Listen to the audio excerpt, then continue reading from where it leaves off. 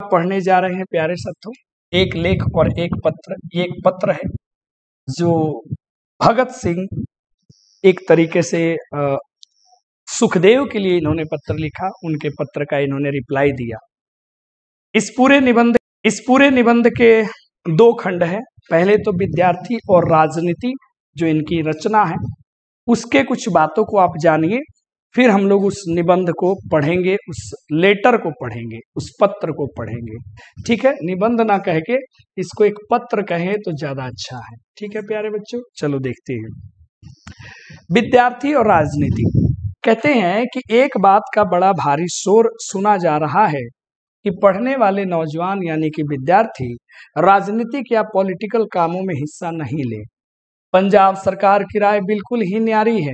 विद्यार्थियों से कॉलेज में दाखिला होने से पहले इस आशय की शर्त पर हस्ताक्षर करवाए जाते हैं कि वे पॉलिटिक कामों में हिस्सा नहीं लेंगे। ये उस समय की घटना है जब इनको कॉलेज में एडमिशन लेना था लाहौर में, और वहाँ ये सिस्टम था कि कोई भी भारतीय बच्चा जो उसमें पढ़ने जाएगा, स्टूडेंट, वो राजनीतिक चीजों में हिस्सा नहीं लेगा, पॉलिटिक्स में नहीं आएगा।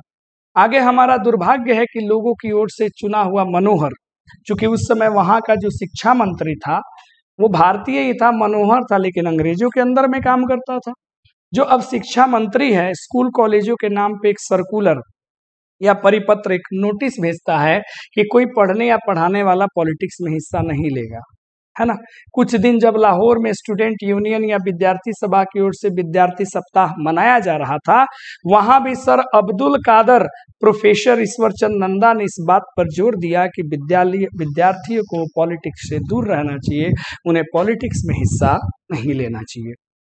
पंजाब को राजनीतिक जीवन में सबसे पिछड़ा हुआ कहा जाता है सर, बात याद रखेंगे उस समय। इसका क्या कारण है? अब कारण बताते हैं। क्या पंजाब ने बलिदान कम दिए हैं? कारण स्पष्ट है कि हमारे शिक्षा विभाग के अधिकारी लोग बिल्कुल क्या हैं, इनके नजर में बुद्धू हैं। आज पंजाब काउंसिल की कार्रवाई पढ़कर इस बात का अच्छी तरह से पता चलता है कि इसका कारण यह है कि हमारी शिक्षा निकम्मी होती है, फिजूल होती है, और विद्यार्थी युवा जगत अपने देश की बातों में कोई हिस्सा नहीं लेते हैं। आखिर इतने पीछे हम लोग क्यों हैं? उसका मुख्य कारण यही है कि हमारी शिक्षा व्यवस्था बिल्कुल चौपट है।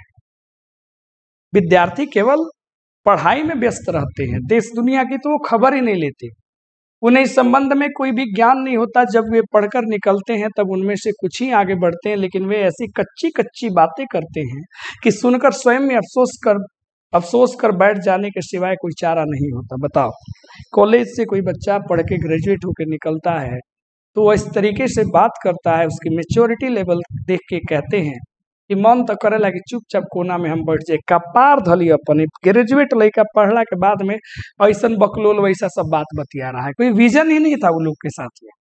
जिन नौजवानों को कल देश की बागडोर अपने हाथ में लेनी है, उन्हें आज की अकल के अंधे बनाने की पूरी कोशिश की जा रही है। इससे जो परिणाम निकलेगा ना, वो हमें खुद ही समझ लेना चाहिए कि कैसा परिणाम होगा। या हम मानते हैं कि विद्यार्थियों का मुख्य काम पढ़ाई करना है। अरे मानते हैं बाबू कि विद्यार्थियों का काम है पढ़ाई करना, करेंगे पढ़ाई, उन्हें अपना पूरा ध्यान उस ओर लगाना चाहिए, लेकिन क्या देश की परिस्थितियों का ज्ञान और उनके सुधार के उपाय सोचने की योग्यता पैदा करना शिक्षा में शामिल नहीं है? भयंकर सवाल इन्होंने कर दिया। और ये बात भगत सिंह के इस पत्र से आप समस्त विद्यार्थियों को समझना चाहिए कि केवल किताबी ज्ञान ले लेने से आप जीवन में तरक्की नहीं कर पाएंगे, जीवन में बड़े मुकाम पे नहीं पहुंच पाएंगे। आपको पढ़ने के साथ साथ आपके राज्य, आपके परिवेश, आपके पड़ोस, आपके देश की समस्त गतिविधियों पर भी आपकी पैनी नजर होनी चाहिए कि कहाँ क्या घटित हो रहा है, कहाँ क्या चल रहा है। प्यारे साथियों, मुझे भी शर्म लगती है, कभी कभी मैं सोच में पड़ जाता हूं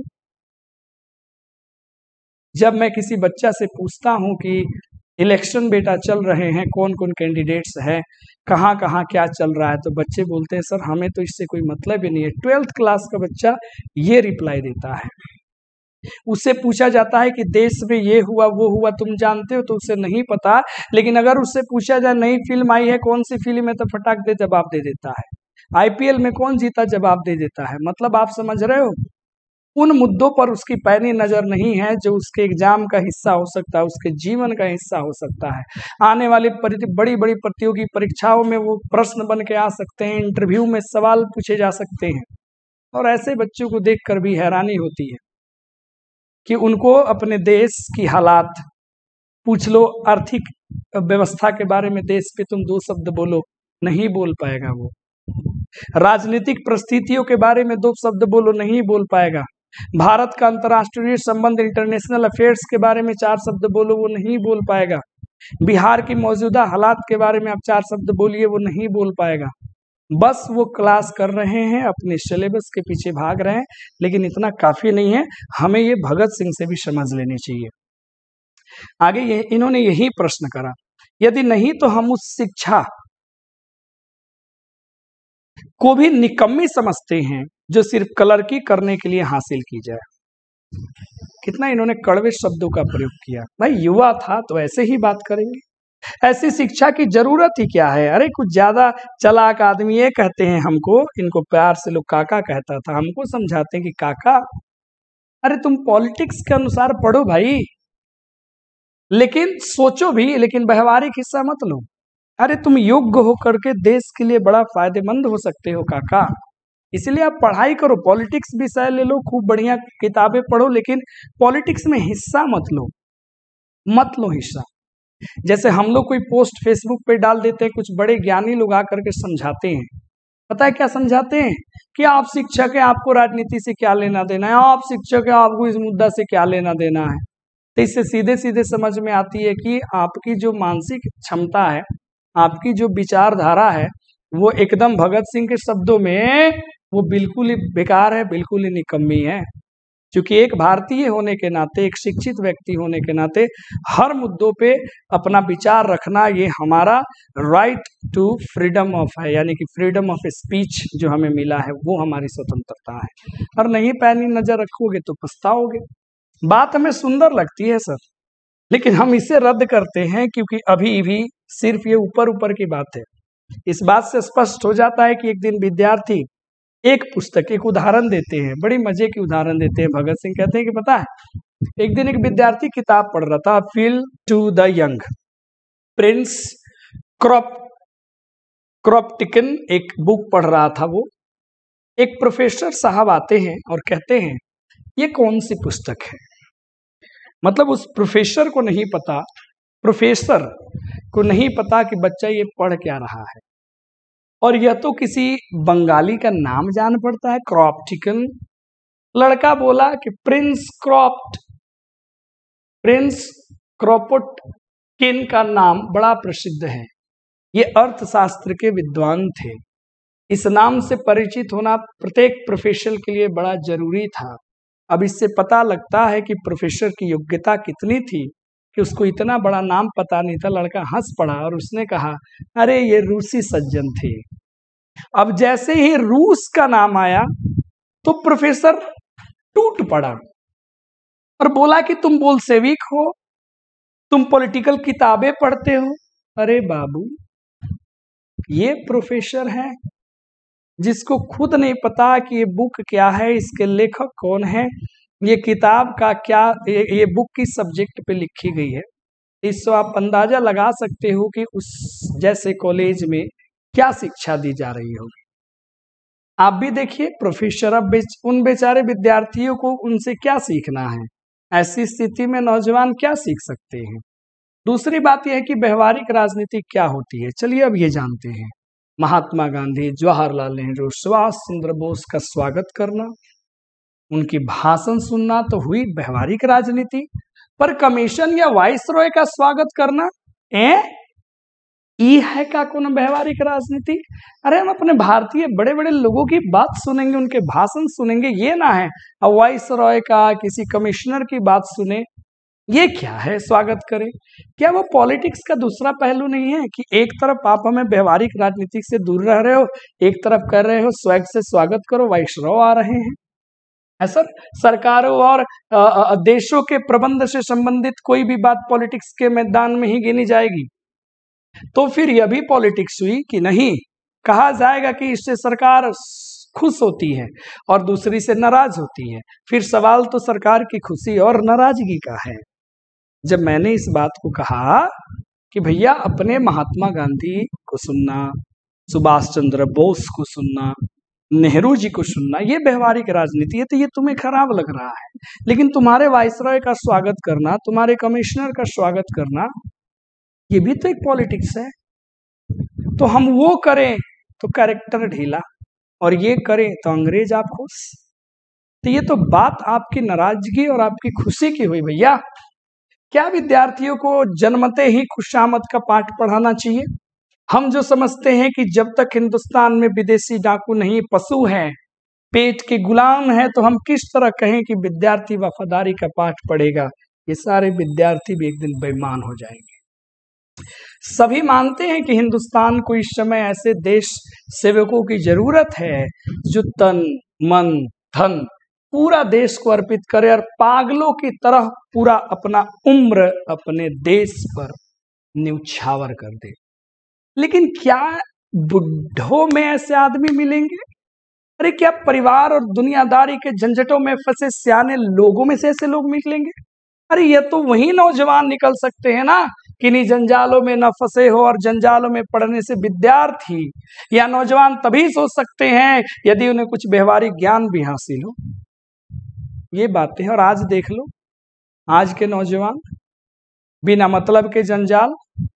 भगत सिंह कह रहे कि देश को वो संभालेगा जो नौजवान है, जो ना वृद्ध है, ना किसी पारिवारिक मोह माया में फंसा हुआ है। वो अपना तन मन धन समय सब कुछ समर्पित कर सकता है, न्यौछावर कर सकता है देश के लिए। ये नौजवान ही कर सकता है, लेकिन उन नौजवानों को राजनीति का ज्ञान होना चाहिए। और आज के नौजवान देखिए जाइए, फलानवा फिल्म आया था जिसमें सारा का सारा जो है रो के बैठ रहा है। नौजवान थोड़े, नौजवान के नाम पे सब हिजड़ा बैठल है। एगो ने कोरोना वायरस नाम का बीमारी आया था, एक वही नयका सायरा नाम का बीमारी कोंदू आ गया है, और ये सबको अपने चपेट में ले रहा है, जो बता रहा है कि आज की युवा जो है वो किस तरफ मुड़ के जा रहे हैं। पढ़ो भैया, इनको भी थोड़ा पढ़ लो, समझ में आएगा। चलिए आगे कहते हैं, सिर्फ गणित और ज्योग्राफी का ही परीक्षा के पर्चों के लिए घोटा ना लगाया जाए, रटा नहीं जाए केवल परीक्षा के लिए इन विषयों को ही। क्या इंग्लैंड के सभी विद्यार्थी का कॉलेज छोड़कर जर्मनी के खिलाफ लड़ने के लिए निकल पड़ना पॉलिटिक्स नहीं है? जब प्रथम विश्व युद्ध चल रहा था तो ब्रिटेन के जो भी कॉलेज में पढ़ने वाले स्टूडेंट थे वो कॉलेज छोड़ करके ब्रिटेन के आर्मी में शामिल हो गए और जर्मनी के खिलाफ युद्ध लड़े। ये पॉलिटिक्स नहीं थी? तब हमारे उपदेशक कहाँ थे जो उनसे कहते थे जाओ जाकर शिक्षा हासिल करो? अरे आज नेशनल कॉलेज अहमदाबाद के जो लड़के सत्याग्रह में बारदोली वाले की सहायता कर रहे हैं, क्या वैसे मूर्ख रह जाएंगे? सभी देशों को आजाद करवाने वाले वहां के विद्यार्थी और नौजवान ही हुआ करते हैं। क्या हिंदुस्तान के नौजवान अलग अलग रहकर अपना और अपने देश का अस्तित्व बचा पाएंगे? नौजवान 1919 में विद्यार्थियों पर किए गए अत्याचार भूल नहीं सकते। 1919 रॉलेट एक्ट, 1919 जालियांवाला बाग हत्याकांड।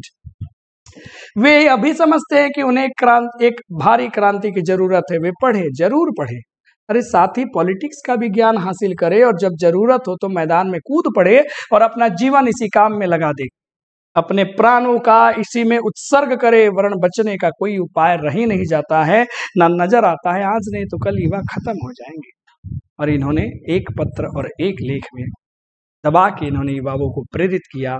उस समय की निकम्मी शिक्षा और सरकार को इन्होंने कटाक्ष किया और संदेश दिया भारतीय युवाओं को कि आपको किस तरीके से विद्यार्थी जीवन के साथ साथ राजनीति में भी आपको हिस्सा लेना है। तो ये प्रथम पाठ था। कहाँ का प्रथम पाठ?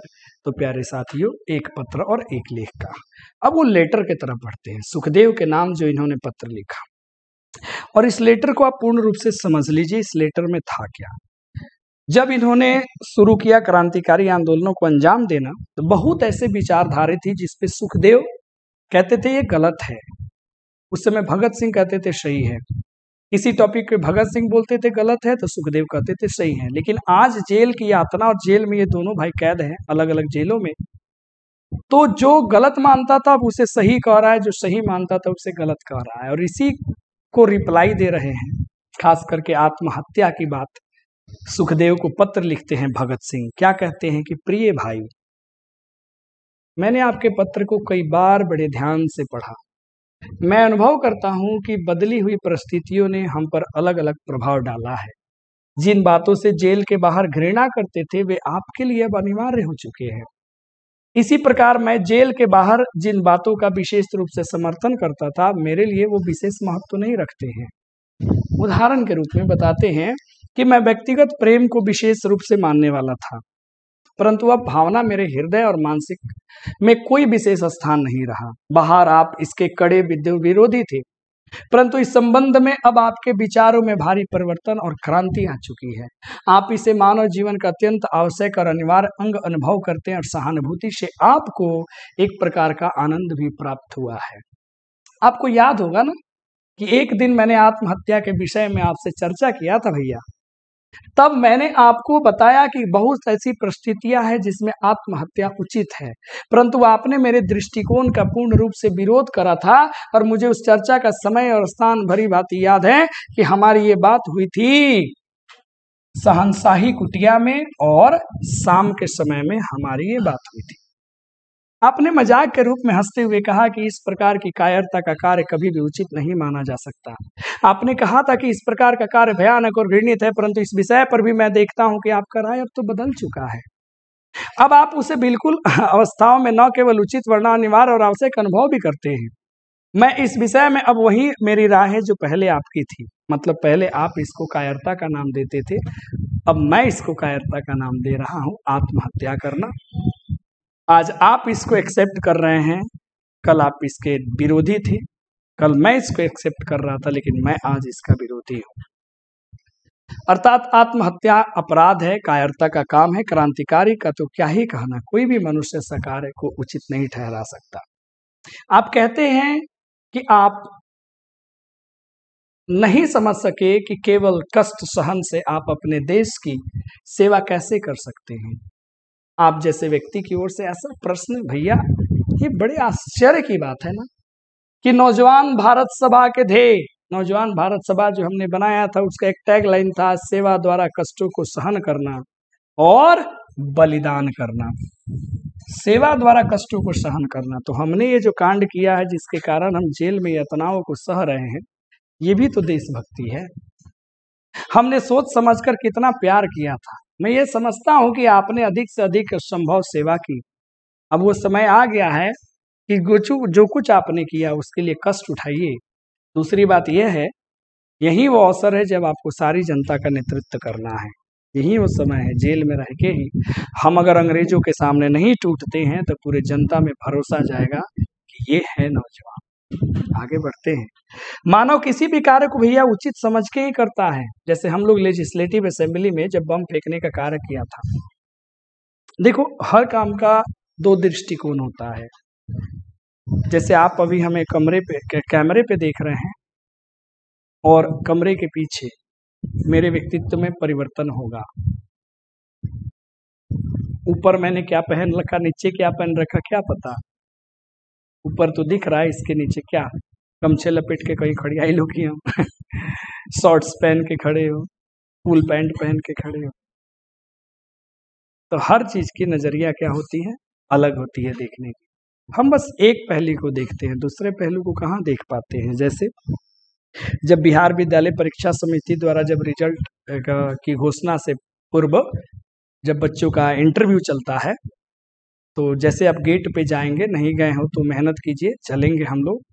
जब वहाँ आप जाएंगे तो देखेंगे सारे बड़े बड़े कोचिंग वाले लोग अपना अपना ड्रेस लगा करके खड़े होंगे। मीडिया भी उनका, पूरा कैमरा भी उनका, सब कुछ उनका, एक पूरा पीआर टीम की तरह।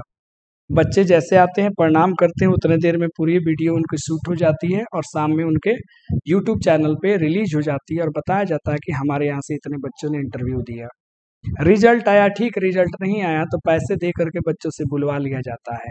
तो आप प्यारे बच्चों जहाँ भी हैं, आप देखते हैं कि यहाँ से ये टॉपर है, लेकिन कैमरे के पीछे की कहानी बहुत कुछ कहती है, जो आपको उसी दिन समझ में आएगा जिस दिन आप इंटरव्यू देने पटना जाओगे।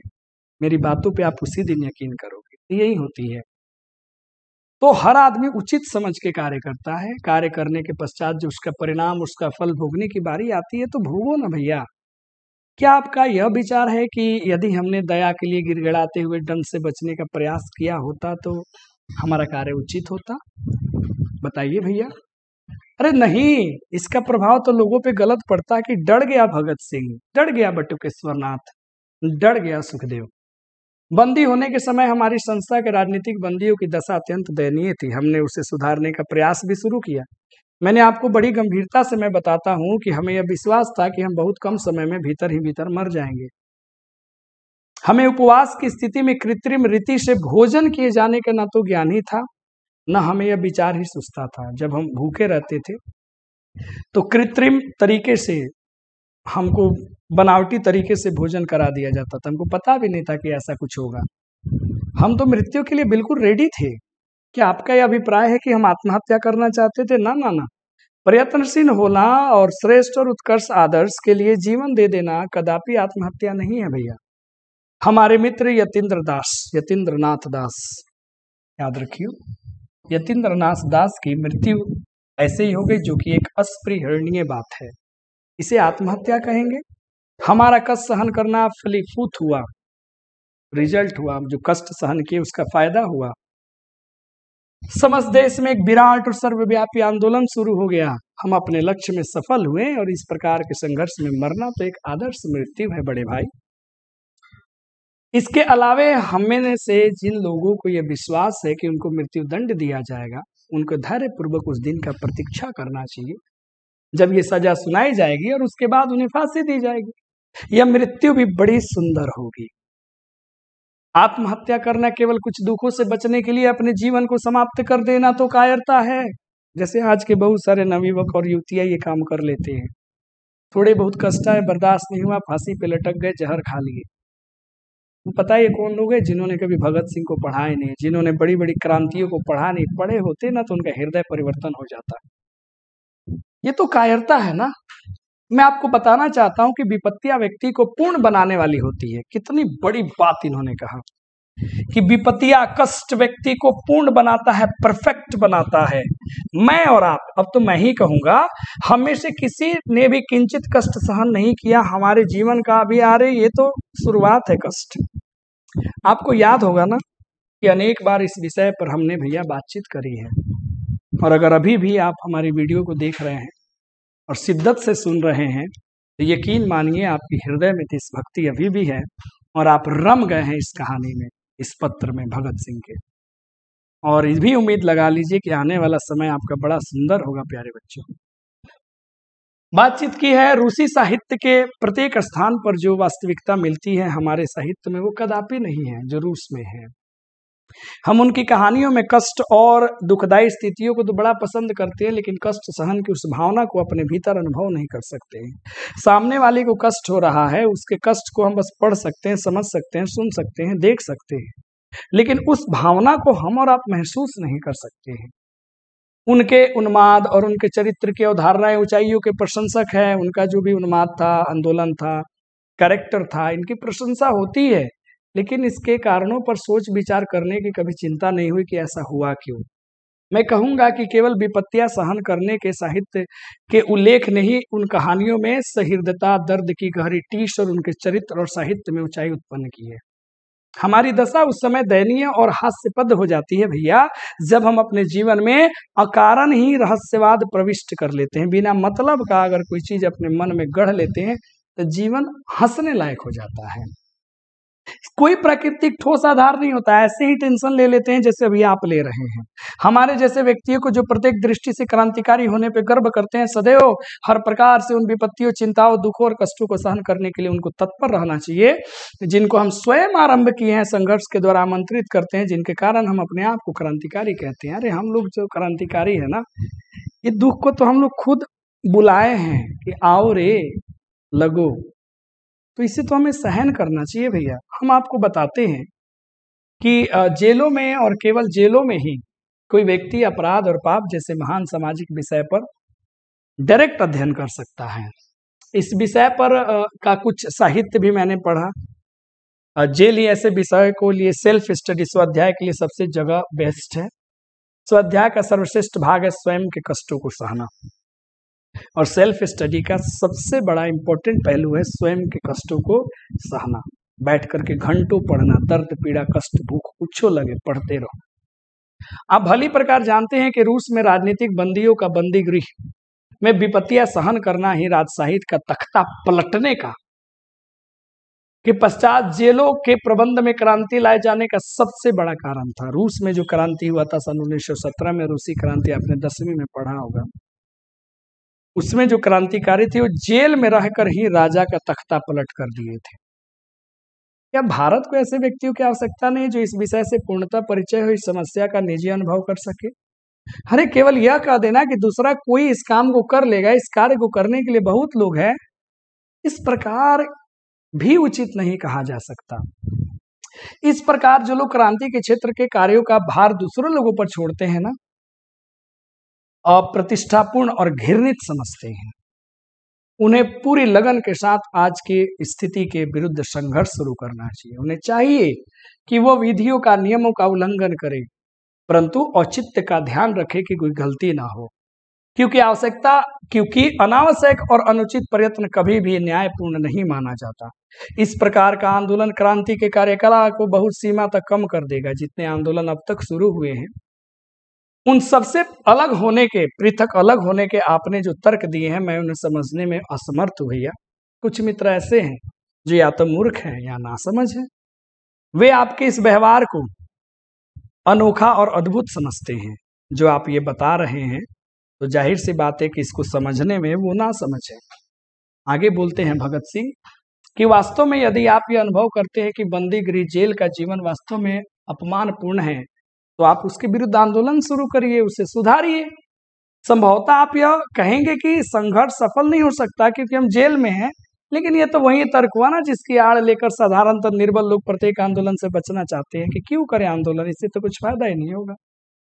अरे यह वो उत्तर है जिसे हम उन लोगों से सुनते हैं जो जेल से बाहर क्रांतिकारी प्रयत्नों में सम्मिलित होने से अपना जान बचाना चाहते हैं। बड़े भैया, क्या आज यही उत्तर मैं आपके मुंह से सुनूंगा? कभी नहीं। कुछ मुट्ठी भर कार्यकर्ताओं के आधार पर संगठित हमारी पार्टी अपने लक्ष्य और आदर्शों की तुलना में क्या कर सकती थी? क्या हम इससे यह निष्कर्ष निकाले कि हमने इस काम के प्रारंभ करने में कोई भूल कर दी है? नहीं, इस प्रकार का परिणाम निकालना उचित नहीं होगा। इससे तो उस व्यक्ति के भीतर की निर्बलता प्रकट होती है जो इस प्रकार क्या करते हैं, सोचते हैं। बड़े भाई, मतलब हमने जो अपना संगठन शुरू किया था वो संगठन छोटा ही तो था, कुछ मुट्ठी भर लोग ही तो थे, है ना, कुछ ही लोग तो थे, ज्यादा लोग तो नहीं थे। लेकिन क्या हमने छोड़ दिया? कभी नहीं। तो क्या हम भी इस प्रयत्न को छोड़ दें? आप इस प्रयत्न को छोड़ दें? कभी नहीं। इसलिए अगर आपको लगता है कि स्थिति जेल की खराब है ना भाई, तो करिए ना आंदोलन जेल में, स्थिति अच्छा करिए।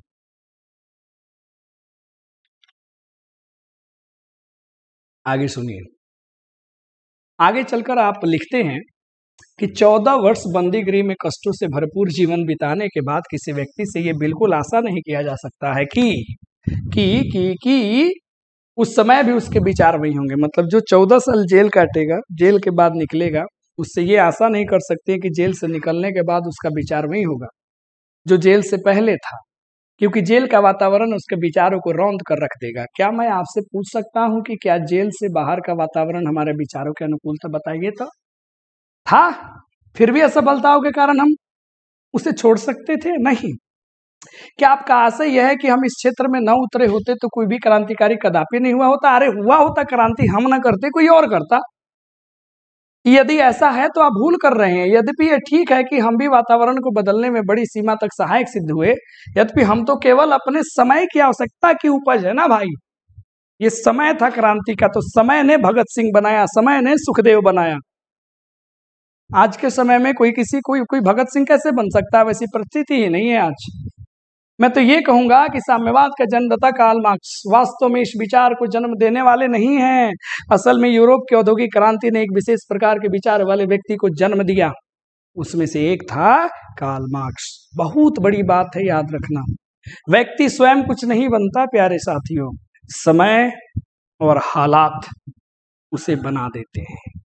ये बात भगत सिंह ने भी कहा और ये बड़े बड़े विचारक लोग भी कहते हैं। हाँ, अपने स्थान पर मार्क्स भी निस्संदेह कुछ सीमा तक समय के चक्र को एक विशेष प्रकार की गति देने में आवश्यक सिद्ध हुए। मैंने इस देश के समाजवाद और साम्यवाद के विचारों को जन्म नहीं दिया, वरना यह तो हमारे ऊपर हमारे समय परिस्थिति के प्रभाव का परिणाम है। निस्संदेह हमने इन विचारों का प्रचार करने के लिए कुछ साधारण और तुच्छ कार्य अवश्य किए हैं।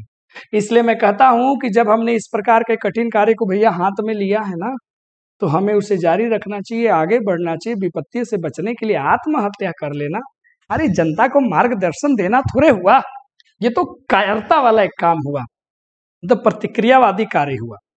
जेल के नियमों के अनुसार जीवन की निराशा और दबाव और हिंसा के असीम परीक्षायुक्त वातावरण का विरोध करते हुए हम कार्य करते रहे।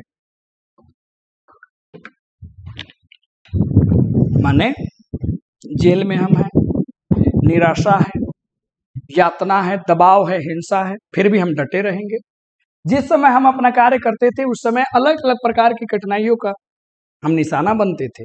यहाँ तक कि जो लोग अपने आप को महान क्रांतिकारी कहने का गौरव अनुभव करते थे, वे भी हमको छोड़ के चले गए। अरे क्या ये परिस्थिति असीम परीक्षा भी तो नहीं थी उस समय? फिर अपने आंदोलन प्रयासों को हम जारी रखें कि नहीं रखें? हमारे पास क्या कारण और क्या तर्क था हम अपना आंदोलन चलाएं? क्या स्वयं यही तर्क हमारे विचारों को शक्ति नहीं देता? और क्या ऐसे क्रांतिकर्ताओं के उदाहरण हमारे सामने नहीं है जो जेलों में दंड भोग कर लौटे और अब भी कार्य कर रहे हैं? अरे यदि वाकुनिन, नाम याद रखियो, ने अपने वाकुनिन आपके समान सोच विचार किया होता तो वो प्रारंभ में ही आत्महत्या कर लेता। आज आपको जीवन का अधिकतर भाग दंड भोगते हुए जेलों में बिताया है। मनुष्य को अपने विश्वास पर दृढ़ता पूर्वक अडिग रहने का प्रयत्न करना चाहिए। कोई नहीं कह सकता कि भविष्य में क्या होगा। क्या आपको याद है जब हम इस विषय पे चर्चा कर रहे थे तो हमारी बम फैक्ट्री में एक बहुत ही अत्यंत तीव्र और विनाशकारी एक जहर था, विष था, तो आपने बड़ी दृढ़ता से कहा ना ना ना ना, नहीं ऐसा नहीं होना चाहिए। आपने तो मना कर दिया था, है ना?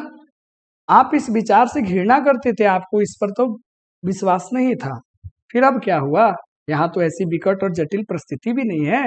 मुझे तो इस प्रश्न पर विचार करने में भी घृणा होती है, आपको उस मनोवृत्ति से भी घृणा थी आप जो आत्महत्या करने की अनुमति देती है। आप मुझे यह कहने के लिए क्षमा करें कि आपको अपने बंदी बनाए जाने के समय इन विचारों के अनुकूल कार्य किया होता तो आपने क्रांतिकारी कार्य ही बड़ी सेवा की होती, परंतु इस समय तो कार्य पर विचार करना हमारे लिए हानिकारक है, खास करके आत्महत्या पे। एक और विशेष बात जाते जाते कहते हैं अंत में पत्र के, कि जिस पर मैं आपका ध्यान आकर्षित करना चाहता हूं, यह है कि हम लोग ईश्वर, पुनर्जन्म, नरक, स्वर्ग, दंड और परितोषित अर्थात भगवान द्वारा किए जाने वाले जीवन के हिसाब आदि में कोई विश्वास नहीं रखते। अतः हमें जीवन और मृत्यु के विषय में भी नितांत भौतिकवादी रीति में सोचना चाहिए। एक दिन जब मुझे पहचानने के लिए कोई दिल्ली से लाया गया तो गुप्तचर विभाग ने अधिकारियों ने मेरे पिताजी की उपस्थिति में मुझसे इस विषय पर बातचीत की। मतलब दिल्ली से किसी को लाया गया पहचानने के लिए कि यही है क्या जिसने बम फेंका था। तो मेरे पिताजी से बात किया गया मेरे सामने और कहा था कि मैं कोई भेद खोलने और इस प्रकार का अपना जीवन बचाने के लिए तैयार नहीं हूँ। मैंने कहा था ना तो हम भेद खोलेंगे और ना हमें अपना जीवन बचाना है। इससे सिद्ध होता है कि मैं जीवन से बहुत दुखी हूँ। उनका तर्क था कि मेरी यह मृत्यु तो आत्महत्या के समान होगी, परंतु मैंने कहा कि ना ना ना, मेरे जैसे विश्वास और विचारों वाला व्यक्ति व्यर्थ में मरेगा, ऐसा नहीं हो सकता। हम तो अपने जीवन का अधिक से अधिक मूल्य प्राप्त करना चाहते हैं, हम मानवता की अधिक से अधिक संभव सेवा करना चाहते हैं, विशेषकर मेरे जैसा भला मानुष। बताओ, हंसते हंसते कर रहे, अरे हमरे जैसा भला मानुष भैया, जिसका जीवन किसी भी रूप में दुखी या चिंतित नहीं है, किसी भी समय आत्महत्या करना तो दूर रहा रे, उसका विचार उसके हृदय में लाना भी ठीक से नहीं समझता। और वही बात मैं इस समय आपसे भी कहना चाहता हूँ। हमने अपने पिताजी के सामने ही बात कह दिया। आशा है आप मुझे अनुमति देंगे कि मैं आपको बताऊं कि मैं अपने बारे में क्या सोचता हूं। अंत में कहते हैं अपने बारे में कि मुझे अपने लिए मृत्युदंड सुनाए का अटल विश्वास है कि मुझे मिलेगी मृत्युदंड। मुझे किसी भी प्रकार की पूर्ण क्षमता या नर्म व्यवहार की तनिक भी आशा नहीं है। पूर्ण क्षमा हम नहीं मांगेंगे। कोई क्षमा भी हुई तो पूर्णता सबके लिए होगी, वरना वो भी हमारे अतिरिक्त अन्य लोगों के लिए नितांत सीमित और कई बंधनों से जकड़ी हुई होगी। अगर हमें क्षमा दिया जाएगा तो हमारे सारे जितने क्रांतिकारी है सबको मिलना चाहिए। देखो ये होता है लीडर। समझे कि नहीं समझे सर? हमारे लिए ना तो क्षमा हो सकती है और ना वो होगी। इस पर भी मेरी इच्छा है कि हमारी मुक्ति का प्रस्ताव सम्मिलित रूप में विश्वव्यापी हो, और उसके साथ ही मेरी ये अभिलाषा है भैया, अंत के वो 4 लाइन भगत सिंह की आपकी रोम रोम में रोमांचित हो जाएगा। कहते हैं कि मेरी ये अभिलाषा है कि जब यह आंदोलन अपनी चरम सीमा पर पहुंचे तो भैया मुझे उस समय फांसी दिया जाए, ताकि आंदोलन में मैं आग में होता है ना घी डालने का काम करेगी मेरी शहादत। मेरी इच्छा है कि यदि कोई सम्मानपूर्ण और उचित समझौता होना कभी अगर संभव हो जाए तो हमारे जैसे व्यक्तियों का मामला उसके मार्ग में कोई रुकावट या कठिनाई उत्पन्न करना ना बने। बहुत बड़ी बात, अगर अंग्रेज और भारतीय में अगर कोई समझौता हो रहा है हमें लेकर के, तो हमें ये समझौता मंजूर नहीं है।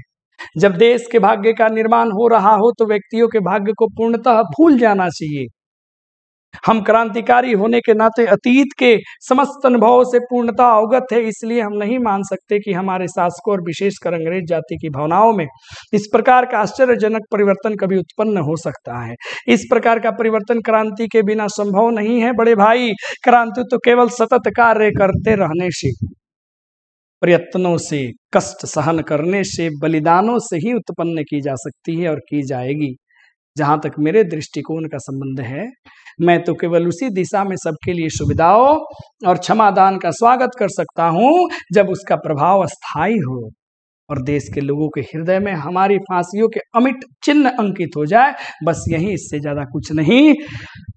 तो सैल्यूट है भगत सिंह, आपको सहृदय से प्रणाम है कि आपकी ये जो इच्छा थी, ये इच्छा पूरी हुई। आज हर भारतवासी के सीने में आपकी यादें तरोताजा है कि जिस भारत की आज़ादी के लिए आपने शहादत को हंसते हंसते स्वीकार किया था, अपने गले में फंदे को स्वीकार किया था, और आपकी जो अभिलाषा थी, आपकी जो इच्छा थी, वो पूर्ण हुई। और आज हर भारतीय के हृदय में आपकी वो शहादत एक अमिट छाप बन चुकी है।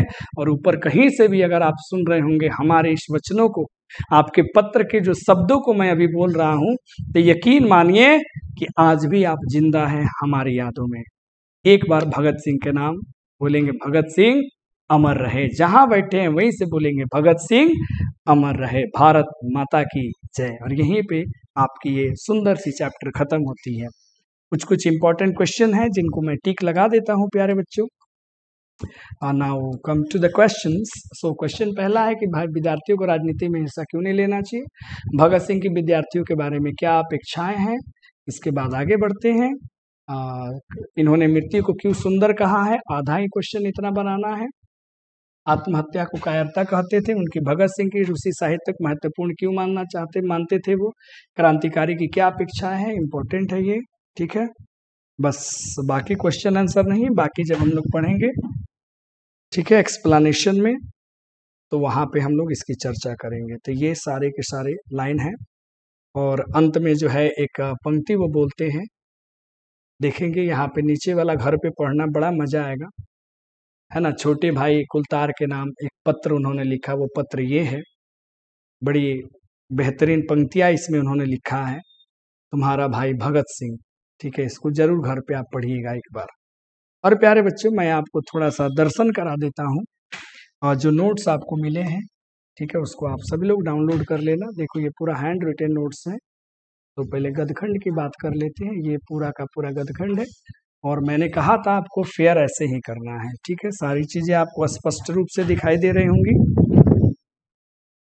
थोड़ा सा जूम कर लेते हैं। आज की क्लास थोड़ी लंबी हो गई, कोई बात नहीं, है ना। क्लास भले लंबी हो लेकिन महत्वपूर्ण है।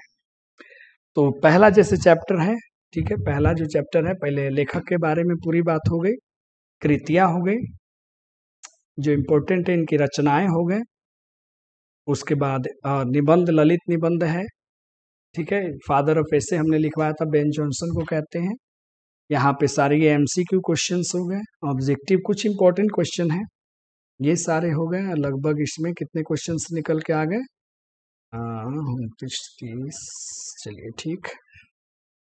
ये असाइनमेंट में भी आपके क्वेश्चन मिल जाएंगे, और यहाँ से क्वेश्चन आंसर शुरू होती है। अगर हमें वाक शक्ति ना होता तो क्या होता? अगला क्वेश्चन ये है, तो इसी के साथ आप पूरा इसको आप फेयर कर लेना, कोई दिक्कत परेशानी आपको नहीं होगी। नारियों की पराधीनता, अर्धनारीश्वर, ठीक है जी बाबू, ठीक है, इसको कर लीजिएगा, सारा उसी तरह फेयर है, कंप्लीट।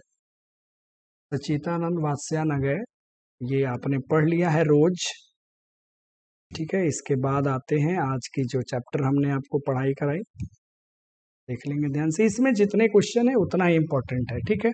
बाकी अगर एक दो क्वेश्चन इधर उधर हो रहे हैं तो आप नोट्स है वहां से मिला के लिख लेना।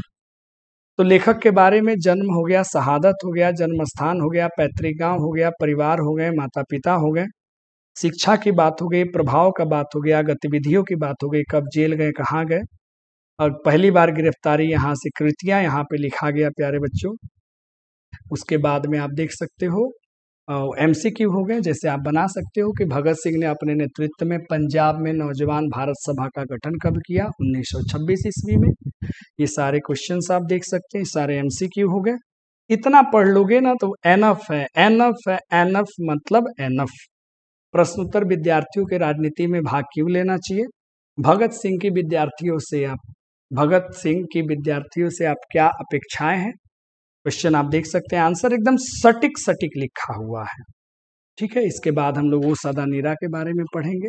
तो दो दो जो इंपॉर्टेंट क्वेश्चन इसमें है, तो ये पीडीएफ आपको मिल जाएंगे, आप इसको अच्छे से आप डाउनलोड करके प्रिंट करा लेना, पूरा पढ़ना इम्पोर्टेंट है। इसी प्रकार जब कविता की बात होगी तब पूरा काव्य खंड है, फिर हम लोग व्याकरण की चर्चा करेंगे। तो बहुत बहुत धन्यवाद आज की क्लास को।